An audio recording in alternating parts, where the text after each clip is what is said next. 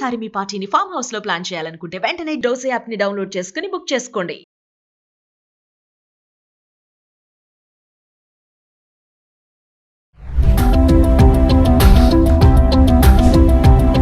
నమస్తే, welcome back to Suman TV. ఈ రోజుల్లో బంగారంపై రుణాలు తీసుకునే వారి సంఖ్య సామాన్యుల్లో బాగానే పెరిగిపోతుంది. రోజు రోజుకు బంగారం ధర పెరుగుతుండటంతో దీంతో లోన్ తీసుకునే వాళ్ళ సంఖ్య కూడా పెరుగుతూనే ఉంది. మరి ఇతర లోన్లతో పాటు పోలిస్తే బంగారం పైన లోన్ తీసుకుంటే వడ్డీ రేటు తగ్గుతుందని నిపుణులు చెప్తున్నారు. దీనిపైన మరింత సమాచారం అందించడానికి అనలిస్ట్ మందల కృష్ణారెడ్డి గారు ఉన్నారు. సుమన్ టీవీ ప్రేక్షకులకు నమస్కారం. గోల్డ్ లోన్ తీసుకుంటున్నారా? అయితే ఒకసారి పూర్తి వివరాలు మీరు తెలుసుకోండి. ఇప్పుడు అనేక రకాలుగా మార్కెట్లో అనేక రకాల లోన్స్ ఉన్నప్పటికీ అతి తక్కువ వడ్డీ రేటుకు లభించేటువంటి లోన్ ఏదైతే ఉందో అది గోల్డ్ లోన్ మాత్రమే. Compare to any other loan కంపల్సరిగా ఇంతకన్నా తక్కువగా ఈ లోన్ మనకు దొరకదు. రెండోది, రోజు రోజుకి బంగారం రేటు విపరీతంగా పెరిగిపోతుంది కాబట్టి ఈ లోన్లు తీసుకునే వాళ్ళ సంఖ్య కూడా పెరుగుతోంది. ఒక రకంగా గత సంవత్సరానికి ఈ సంవత్సరానికి మనం పోల్చినట్టయితే 26% గోల్డ్ లోన్ తీసుకునే వాళ్ళ సంఖ్య పెరిగింది. ఇది పెరుగుదలను సూచిస్తోంది. బహుశా ఈ సంవత్సరం ఫలితాలు ఇంతకన్నా చాలా ఎక్కువగా ఉంటాయని అనిపిస్తోంది. ఎందుకంటే ఎక్కువగా రేటు ఉండటం వల్ల తక్కువ సమయాల్లో, రేటు తక్కువ ఉన్న సమయాల్లో కొనుక్కున్న వాళ్ళందరికీ కూడా ఎక్కువ డబ్బు ఒకేసారి వస్తుంది. లోన్ తీసుకొని మనం అవసరాలు తీర్చుకొని మళ్ళీ కట్టుకుంటూ పోవచ్చు అనే ఉద్దేశంతో కొంతమంది గోల్డ్ లోన్ కోసం వస్తున్నారు.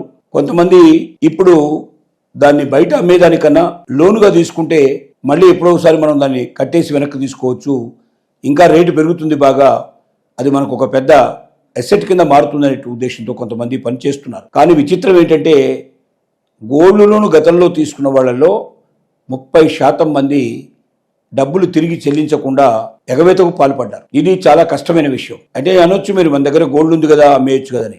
ఆ అమ్మకానికి కూడా పెద్ద ప్రాసెస్ ఉంటుంది. దానికి నోటీసులు జారీ చేయాల్సి ఉంటుంది, వేలంపాట వేయాల్సి ఉంటుంది, ఆ ఆక్షన్లో పాడి వచ్చిన డబ్బు తీసుకోవాల్సి ఉంటుంది. ఇదంతా చేయాలంటే చాలా టైం పడుతుంది. దీంట్లో ఒక్కోసారి లాభపడవచ్చు, ఒకసారి నష్టపడే అవకాశాలు ఉన్నాయి. రకరకాలుగా జరుగుతుంది. దీనికే ఇప్పుడు బ్యాంకులు ఏం నిర్ణయించాయంటే ప్రతి నెల వడ్డీ వసూలు చేయాలని డిసైడ్ చేసుకున్నాయి. అంటే ఇంతకుముందు సంవత్సరానికి ఒకసారో లేదా మొత్తం టోటల్గా గోల్డ్ లోన్ అంతా తిరిగి చెల్లించినప్పుడు వడ్డీతో సహా తీసుకునేవి. అలా చేయడం వల్ల ఏమవుతుందంటే సంవత్సరం, 2 సంవత్సరాలు, 3 సంవత్సరాలు వదిలిన తర్వాత ఎప్పుడో వాళ్ళ దగ్గర డబ్బులు తీసుకుంటే ఆ డబ్బులు ఇవ్వలేని పరిస్థితిలో ఉండి చాలామంది అసలు డబ్బులు, వడ్డీ డబ్బులు కూడా మొత్తం ఎగ్గొట్టి వెళ్ళిపోతున్నారు. అప్పుడు గోల్డ్ని మనం వేలం వేసినా కూడా అప్పటి రేట్ల ప్రకారంగా ఇచ్చినటువంటి లోను ప్లస్ వడ్డీ 2 కలుపుకుంటే అది బ్యాంకులకే నష్టమయ్యే పరిస్థితి ఏర్పడుతుంది. ఖర్చులు అవన్నీ కూడా కలుపుకుంటే ఇప్పుడుగా జరుగుతుంది. వీటికన్నా మొదటి నెల నుంచి వడ్డీ వసూలు చేయడం మొదలు పెడితే ఎవరైతే వడ్డీ సక్రమంగా కడుతున్నారో వాళ్ళు ఖచ్చితంగా అసలు కూడా కట్టి తీసుకుంటారనే నమ్మకం, విశ్వాసం పెరుగుతుంది.